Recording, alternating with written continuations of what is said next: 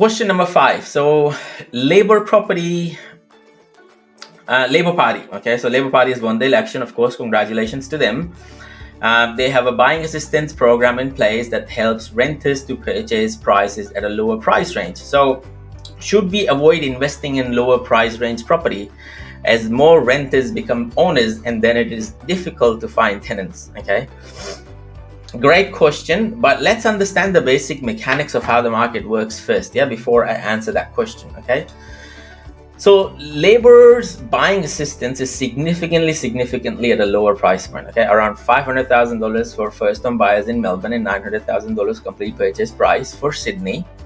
Compared to where the market is, Sydney median is sitting at 1.2, Melbourne median is sitting at I think around $700,000-800,000, so significantly lower than where the median is sitting. Okay.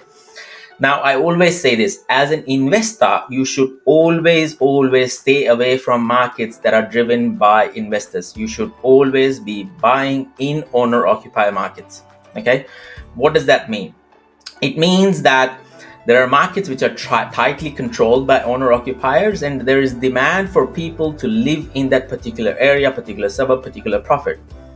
So the rental demand is always high, which is shown by vacancy rates, lower stock on market. There's a lot of indicators that basically represent that demand. And there's not enough houses for rent, as majority of the houses are owner occupied and they are not selling anyway. So there is very little stock that is available to buy.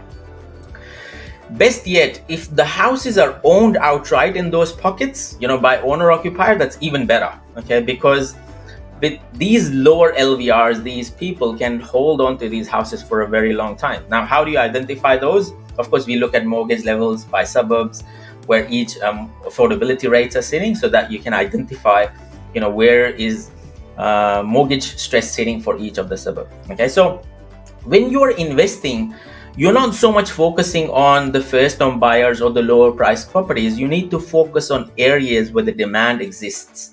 You're focused on owner-occupier areas.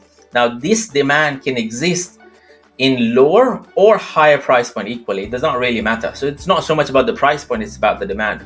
Now, if people want to live in your suburb, even if the first-home buyer buys a property in your area, there would be others who would be dying to enter into that suburb or in that pocket, for whether it be better schools, better jobs, infrastructure, distance from CBD, beach lifestyle, gentrification, future infrastructure, train line assistance, all of that. So there is a lot of factors that basically drives the demand in your pocket or in your suburb. Now, I personally love smaller price points, okay, because there is a better probability of a $400,000 property becoming an $800,000 property in, say, under 5-year time. Okay. Because it lines to the debt to income ratios. Okay, it's a lot easier for a person to hold and pay from $400,000 to $500,000, $600,000, $700,000. But it takes a lot more for $1 million property to convert into a $2 million or $3 million property. Okay, it wouldn't happen in the same amount of time. So the percentage growth is always better at a smaller price point rather than the bigger price point. Okay, I hope I'm explaining it is okay.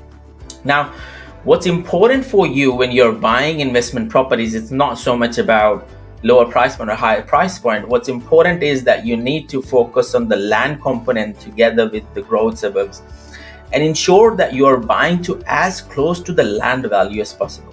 Okay, let me explain this to you. Okay, so what do I mean by buying it as close to the land value as possible?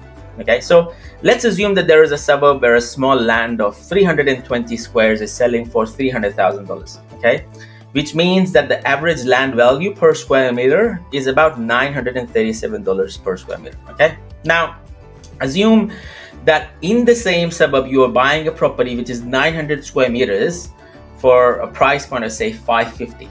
Okay, which means that the land value that you're paying is $600 per square meter. Okay, one is the wholesale value, one is the retail value. So 936 per square meter for a 320 square meter land is basically a retail value, and $600 per square meter for a $550,000 house at 900 square meter is a wholesale value. Okay, so this land you can subdivide it into 3 titles, and each land can sell for $300,000, which means that In reality, the retail price for this land is about $900,000.